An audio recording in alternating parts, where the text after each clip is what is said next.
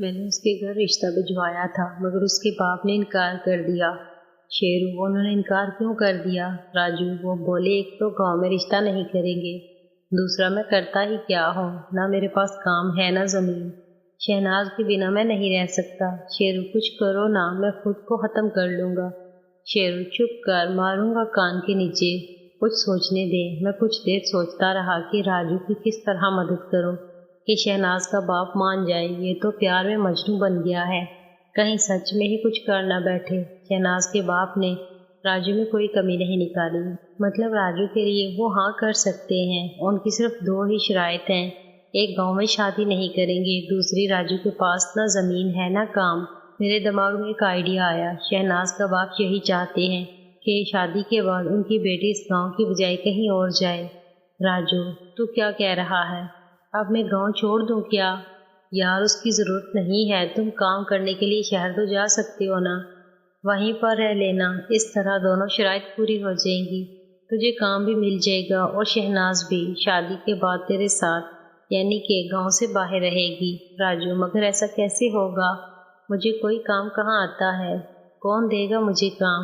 شیرو، وہ تم مجھ پر چھوڑ دے، کل صبح میرے ساتھ چلنے کے لیے تیار ہو جا اور شہناز کو بول دے تجھے کام مل گیا ہے، میرے دوست کے باپ کی فیکٹری ہے شہر میں، کوئی نہ کوئی کام تجھے مل ہی جائے گا، اور رہنے کے لیے جگہ کا بھی انتظام کروا دوں گا، کیا کہتا ہے؟ راجو، اگر ایسا ہو گیا تو شہناز کے باپ کو ہاں کرنی ہی پڑے گی، بس تو جلدی سے ایسا کر دے، میں ابھی بھی تیرے ساتھ چلنے کو تیار ہوں۔ شیرو، اوئے مجنوں، ٹھنڈ رکھ ٹھنڈ، کل جانا ہے، ابھی جا کر شہناز کو بتا کر آ۔ راجو فٹافٹ شہناز کو بتانے کے لیے بھاگ گیا۔ ابھی کچھ دیر پہلے مجنوں بنا بیٹھا تھا اور اب جیسے اسے نئی زندگی مل گئی تھی۔ مجھے خوشی ہو رہی تھی اس بات پر کہ راجو کو تو اس کا پیار مل جائے گا، اس کے لیے میں کچھ بھی کروں گا۔ کاش کہ میوش اتنی جلدی نہ کرتی جانے کی، اور سے میں بھی اسے الگ نہیں ہونے دیتا۔ میں راجو کی وجہ سے اپنا غصہ بھول گیا تھا، اور پھر ٹہلتا ہوا گاؤں کی طرف چلتے چلتے میں تنزیلہ بھابی کے گھر کے پاس پہنچا تو مجھے ان کی یاد آ گئی۔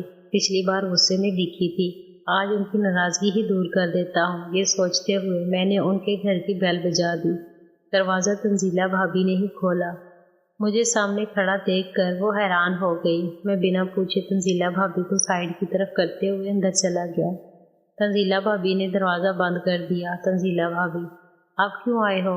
ماں جی اور ابو جی گھر پر نہیں ہیں، تم چلے جاؤ۔ تنزیلہ بھابی کچھ زیادہ ہی غصے میں تھی، جو جانے کو کہہ رہی تھی۔ شیرو، ٹھیک ہے بھابی، اگر آپ یہی چاہتی ہیں تو میں چلا جاتا ہوں، پر جانے سے پہلے اتنا کہوں گا کہ ہو سکے تو مجھے معاف کر دینا۔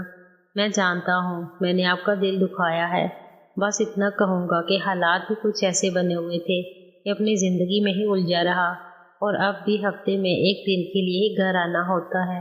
اچھا بھابی، میں چلتا ہوں، اتنا کہہ کر میں دروازے کی طرف جانے لگا تو تنزیلہ بھابی بولی، کم سے کم ایک بار مجھے بتا ہی دیتے، میں انتظار کر لیتی، مگر تم نے تو ایسے منہ موڑ لیا جیسے مجھ سے کوئی رشتہ تھا ہی نہیں۔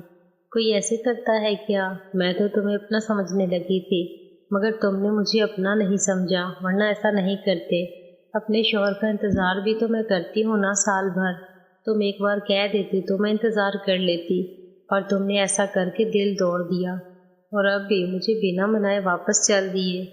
تمہیں پتہ ہے نا میں تم سے ناراض ہوں، اور تم منانے کے بجائے واپس جا رہے ہو، بس اتنی ہی پرواہ تھی میری۔ اگر پرواہ نہیں ہے تو یہاں آئے ہی کیوں؟ میں نے پلٹ کر تنزیلہ بھابی کی طرف دیکھا تو وہ مایوس سی میری طرف دیکھ رہی تھی۔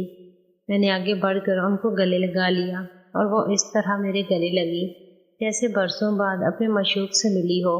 میرے لیے وہ بہت دنوں سے تڑپ رہی تھی۔ ان کی تڑپ کو سمجھ کر ان کا ساتھ دینے لگا۔ ہم دونوں آنگن میں ہی کھڑے تھے، اور یہاں کھڑے رہنا ٹھیک نہیں تھا۔ میں نے تنزیلہ بھابی سے دور ہٹنے کی کوشش کی، مگر وہ مجھے چھوڑنے کو تیار نہیں تھی۔ پھر میں نے انہیں اپنی باہوں میں بھرتے ہوئے انہیں اوپر اٹھایا اور اندر کو چل دیا، اور انہیں لے کر ہال میں آ گیا اور انہیں نیچے اتارا۔